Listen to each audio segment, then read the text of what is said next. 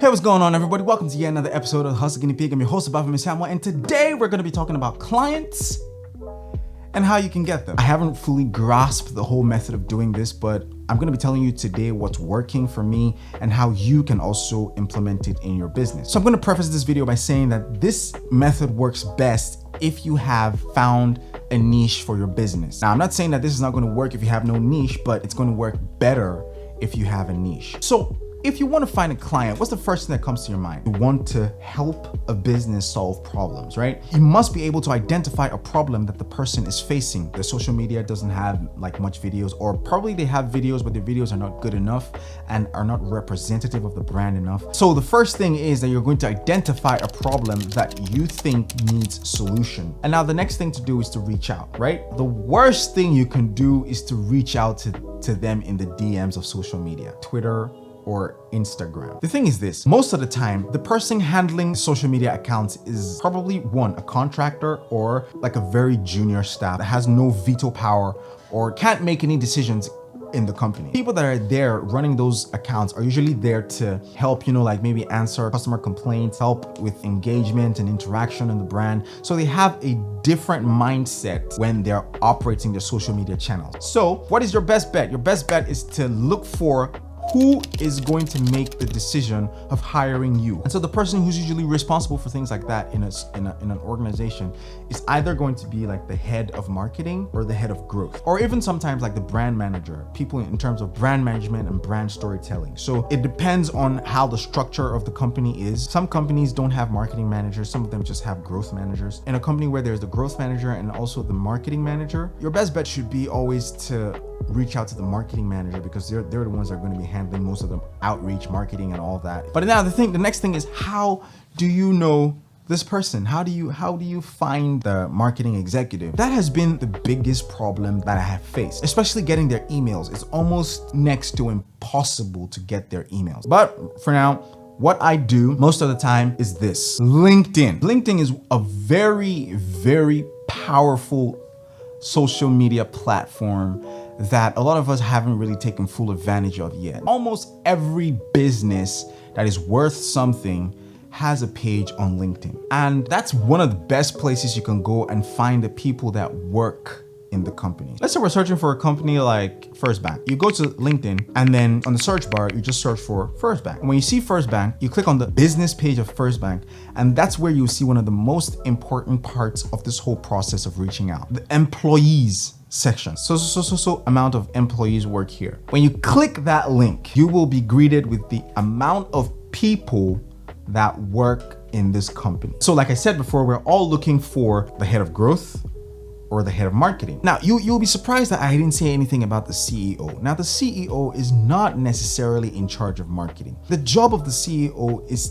to make sure that the company reaches its goals every year. So whether it's revenue goals, market share goals, shareholder goals, especially if it's like a publicly traded company. So he's more or less overseeing a lot of departments at the same time. And so it's really difficult to speak to the CEO and he would understand what you're saying. And most of the time, even if you reach out to them, they would always direct you back to either the marketing manager or the growth manager, etc. You have now figured out who the person is that you want to contact.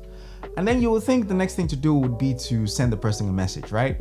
Wrong. The next thing that you would have to do is to research this person. What does the person like? How does the person tweet? What are the most important things the person has said? Has this person appeared in press? What has the person said in press? Has this in which places in press has this person appeared?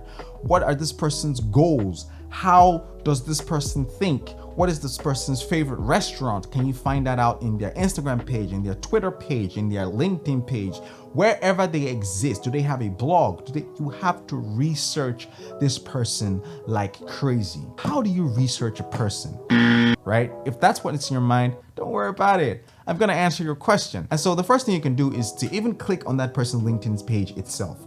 Check the person's LinkedIn page. Check the person's posts. Recent activity. What did the person post? Go as far back as like last year.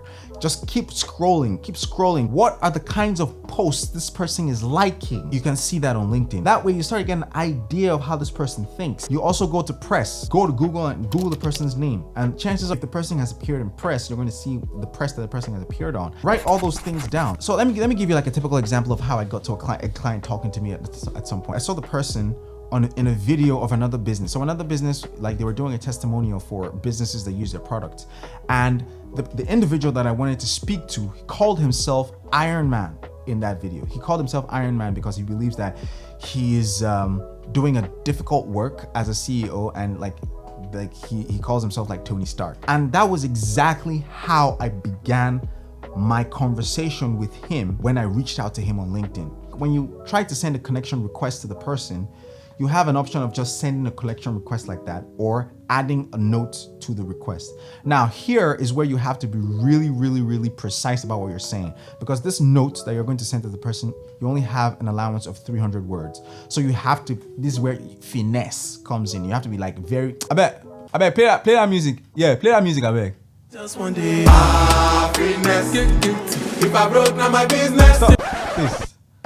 I will never be broke in my life. So just make sure that you are going in through something that they can relate with that's happening to them. Because in the end, everybody is selfish. If you take advantage of people's selfishness and make them happy, then I mean, chances are they're going to listen to you. After you start your message with that, then you just go straight to the problem. What kind of problem have you noticed? And you notice that so thing is happening, and you are thinking that we have what it takes to provide a solution for you. Now, would you be interested in us having a conversation? I read a book called Never Split the Difference by Chris Voss. He's a negotiation expert, and he says that it's better to ask questions where the right answer will be a no than to ask questions where the right answer will be a yes. Let me give you an example. Would you be interested in us having a conversation? The right answer will be yes, right? But if you are giving them an opportunity to say yes, it will feel like they're being shackled down, like you're setting them up to say yes. And most of the time, people don't like to answer such questions because they don't want to commit to something that they will not be able to, go further with. You must have a no-oriented question. And a no-oriented question is something like this. Is this bad timing? Is this a ridiculous idea? Do you think this is not what we can do at this time? Is this not important to you at this time? Is this a problem not worth solving at this time? So if the answer is, oh no, it's not a ridiculous idea, right? You see that? Someone told me that, oh, no, actually, this is perfect timing. And in your message, another thing is you shouldn't give them like the whole picture, like your whole solution. You should give them some sort of mystery. Let them want to know more. So when you have reached out to that person by first of all identifying the problem that you want to solve for the business, 2, identifying the person you would have to reach out to, 3, researching on that person that you're going to reach out to, 4, send them a personalized message that will serve as a precursor for a good conversation. Then 5, what is the 5th thing that I have not mentioned? Is this follow up. Now, this is where a lot of people fail. Like they'll send a message to someone and then the person doesn't respond and that's it. You don't check back. Look, these people are very, very busy. Chances are they saw your message. They did. But at the time they saw their message, it was busy. And they were like, okay, you know what? I'm going to respond to this. And it's really important to them at that time. And they're like, oh yeah, I'm going to respond to this. And then work comes and then they forget. Let me give you an example. I reached out to someone, the person didn't respond. 3 months later, I sent in a follow-up. Now that's not what you're supposed to do, to be honest. 3 months is just too long. And then he said, oh, now is the perfect time. You know what? Send in your portfolio. I sent in my portfolio and he never reached out to me again. Guess what? 3 months later, he just sent me a message like, yo, there's work. We want to create a video and this is what we're supposed to do. It's crazy. Imagine if I didn't reach out to him 3 months later and then he asked for my portfolio. I probably wouldn't have had the job when it was ready for him to work. And so it's very important for you to follow up when you sent a message. But what's the ideal time for following up? First follow-up should be like 3 days later. 3 days or 4 days later, depending on the time you sent the message. The second follow-up should be like a week later. And then the third follow-up should be like also like a week later. After you do 3 follow-ups and they don't answer you, then you stop.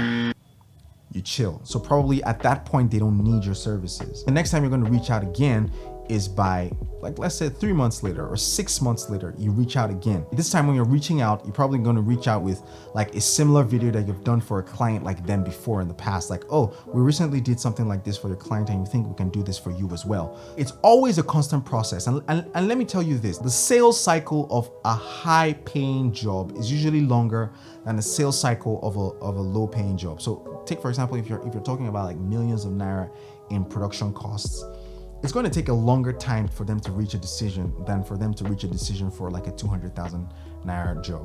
Do you understand what I mean? So if you follow these guidelines perfectly, most of the time they're going to respond to you before even the first follow-up or probably after the first follow-up. To end this video, here's the thing you must do. This stuff is a numbers game and you have to keep reaching out to people as many times as possible. Sales should be done every day. If you can, reach out to at least one client a day. But what I do is I try to reach out to 3 clients per week. It's really important for us to know as filmmakers how to speak to people, how to orient our thoughts towards problem solving rather than just creating amazing and beautiful videos. And so if you go through that path, your chances of success are quite high. So I don't know if you learned anything from this video. If you did, please give this video a thumbs up, like, and subscribe. That would be really helpful. And if you have more helpful tips on how to reach out to clients that's working for you, please leave that in the comment section below. Be sure to share this video as well to as many people that you think will benefit from this video. Please and please and please share this video to as many people as possible.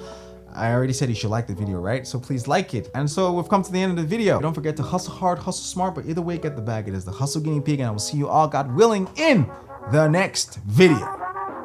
Butter!